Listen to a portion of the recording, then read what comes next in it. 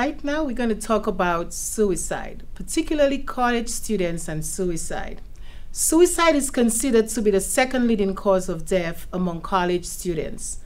As a college student, you may encounter a friend, a roommate, a suite mate, a partner, a classmate, acquaintance who may be experiencing suicidal thoughts or feelings. College students are faced with many developmental tasks in addition to just doing well academically. Some core developmental tasks includes being on one's own without parents, time management, relationship development, managing intimacy, managing health, and managing finances, to say the least. Effectively managing these tasks can be overwhelming for college students. Without assistance, high level of stress can lead to both anxiety and depression. As a matter of fact, research tells us that anxiety is the #1 presenting problem among college students in college counseling centers nationwide. Prolonged depression can lead to thoughts of helplessness and hopelessness. Chronic depression, that especially goes untreated, can certainly lead to suicidal thoughts, feelings, intent, and attempts. So let's talk a little bit about some briefly suicide myths and some facts that's associated with suicide. So asking a person about suicide actually lowers their asking a person about suicide will put the thoughts into their head. Many people think that if I ask them, I'm going to inject the thought into their head. Well, that is totally inaccurate.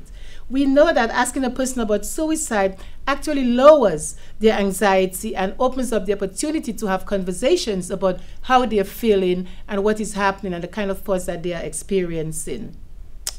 Another myth associated with suicide: suicide people keep their plans to themselves. They don't tell people. A fact: most people communicate their intent close to the time of their attempt. Another myth: people who talk about suicide don't do it. Fact: people who talk about suicide may try or even contemplate doing it. So again, those are very important to keep in mind. There are many myths associated with suicide. Let's talk about what are some of the triggers for college students. Some of the things that make them at risk for suicide.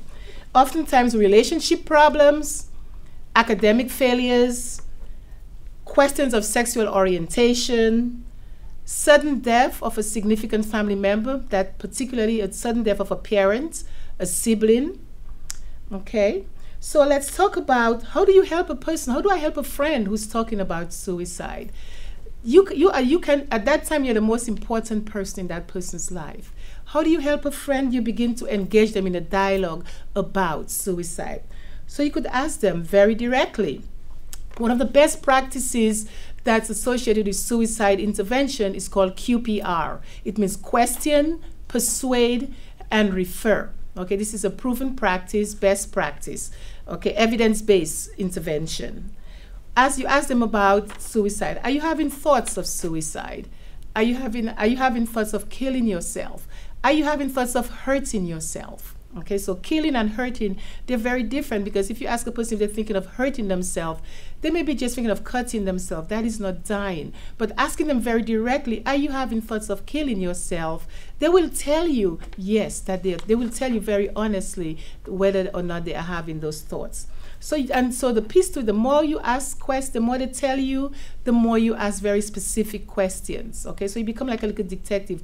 You're interested in asking the who, the what, the when, not so much the why, but who, what, when, and where. So the more details you have about that, the more likely they are that they're getting ready to engage in this act.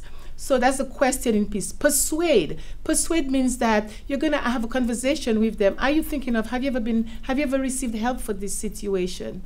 Have you ever gotten some help? Maybe we should think about getting some help. Do you have a person that you can talk to about this?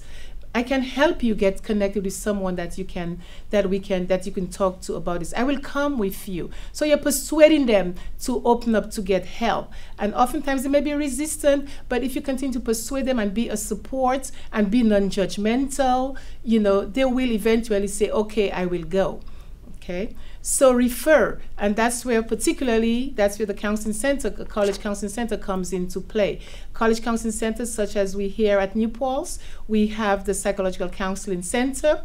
We're available to see students. They simply have to call they can walk in, and we will see them right away, particularly if there are any questions around self-harm related issues. We also are accessible to the students after 5 o'clock. They can access us, and again, we can get on the phone. We can do an intervention with them right on the phone, and we can secure the support that they need. So again, keep in mind, you want a question, so you're going to ask them. Don't be afraid. It's an uncomfortable question to ask, but a very necessary question you want to ask. As college students, I hear so often that my friend's going to be mad at me. They don't want me to tell anyone. Well, it would be better for your friend to be mad at you and they're alive to be mad at you than to be dead and then you're mad at yourself. Okay, so the best thing you could do for a friend is to tell someone, is to talk to them, support them, and hand them over with the person that's professional that can help them.